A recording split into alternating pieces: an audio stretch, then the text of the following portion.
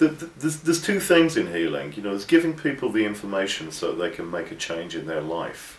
But the next step is them actually doing something to make that change in their life. How to transform is honesty and truth. And a lot of my clients, and I talk to other healers, so I don't think this is unique to me, will perhaps come and see a healer for years and years and years. I mean, I know one psychotherapist who's had a client for 30 years. Right? It's daring to be vulnerable. But all this person does is come in and talks about her problems and how she's been abused and how life isn't treating her well, and I can see this resemblance between the way my childhood was and the way my mom abused me. A loving person is a vulnerable person, available, true. And now I'm in this situation with my boss at work, and she's a bully as well, and A fearful person is trying to be invulnerable, is trying to hold things away. Okay, so now you know what's going wrong. What are you going to do about it? You're going to tell that boss to stick a job? You're going to go and talk to your mom and confront her with this information? Are you going to change your life? Miracles happen. There is love, there is, I feed into a light dreams continuously with my thinking, with my emotions. But it takes a lot of courage to be in that loving place. A lot of courage. I suppose a message from shamans is wake up to who you really are. I am John Crow with my coat all a tatter, a shift in my shape with my shamanic natter, a mind over matter. When the mirror shatter, I go call on the goose to gather where I scatter. Do your mind over matter? When the mirror shatter, do you pick up the pieces or just put up the patter? Beware the evil eye of the men that flatter, who wear down your mind with their blind chitter chatter, when what they really want is your head on a platter. But then better not mess with Crow, 'cause he mad as a hatter. When he looked them in the eye, the false idol shatter, like empty vessels roll away, clatter, clatter, clatter.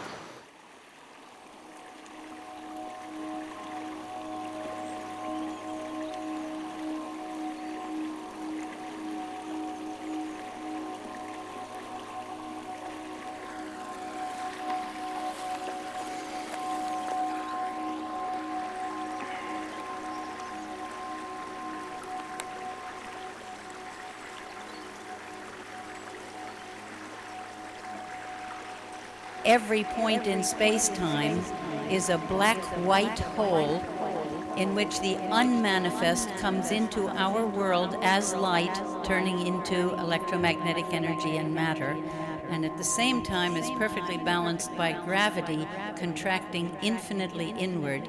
So we do not have an entropic universe, and that's running down. We have one that's expanding as it contracts, and we have continuous creation.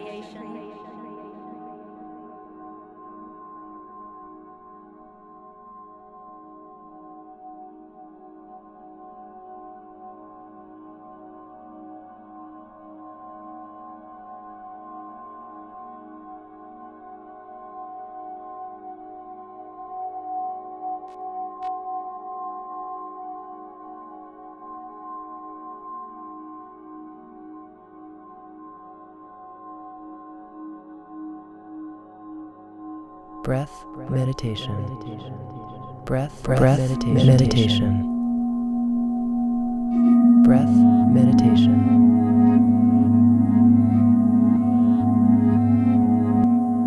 Breath meditation.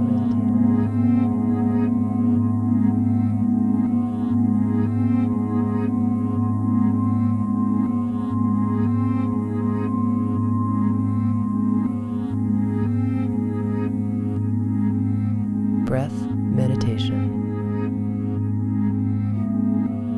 The first instruction begins Breath with simply hearing. As you sit comfortably, you may hear external sounds, you may hear internal sounds, you may hear a certain quality of silence. We begin with hearing because it points to something of the natural quality of mindfulness. don't have to make the sounds come or go. We don't have to define them as being a certain thing. Breath meditation. We don't have to manipulate them. We don't have to do anything about them in order to hear them. We don't have to define them. The object of sound appears. Breath meditation. We don't have to manipulate them. We don't have to do anything about them in order to hear them. The object of sound appears, and we're present. We're alert. We connect to it.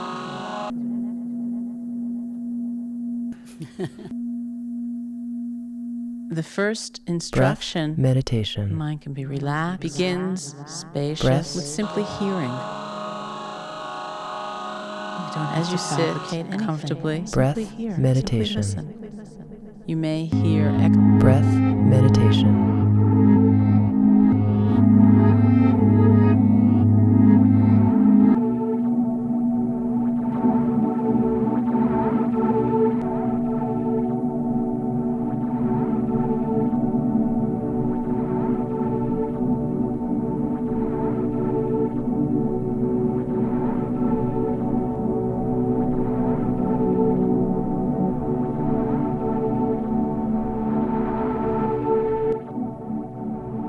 The first instruction begins with simply hearing.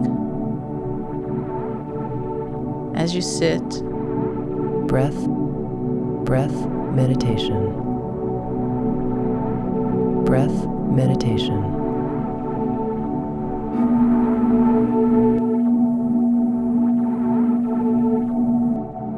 Breath meditation.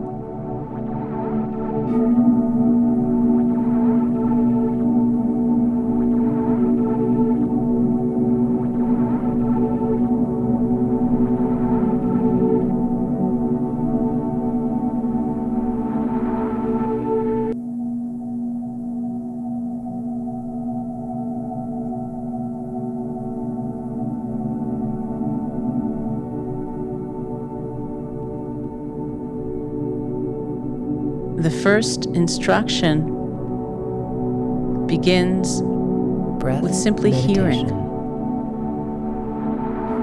As you sit comfortably, you may hear external sounds, you may hear internal Breath sounds, meditation. you may hear a certain quality of silence. We begin with hearing because it points Breath to something meditate. of the natural Breath quality meditation. of mindfulness. We don't have to make the sounds come or go. We don't have to define them as Breath being a certain meditation. thing. We don't have to manipulate them. We don't have to do anything about them in order to hear them.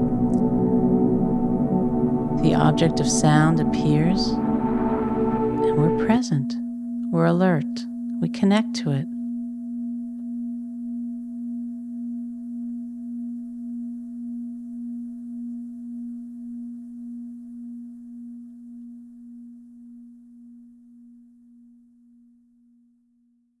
So spirit lives in me, in you, and this sofa, in nature.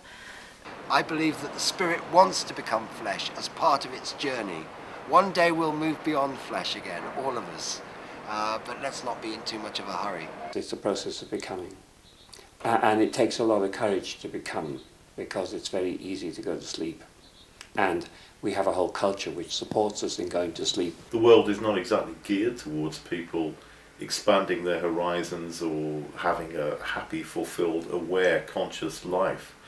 It's geared towards the very opposite. So it's a big struggle out there to, come to any conclusion about consciousness and then put it into practice. But that is what is required if we're going to really change the world or even change ourselves. Oh, and when do the challenges stop? When does the shit stop hitting the fan? It's easy to answer that. Death. Death. We go back home. Home being? The spirit world. Where we were before we came into a body, and the place we go where we come out of a body.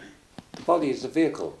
You know, we've gotten this car, this vehicle, and this vehicle has grown itself, and it will keep going for however long it does, and then it will conk out.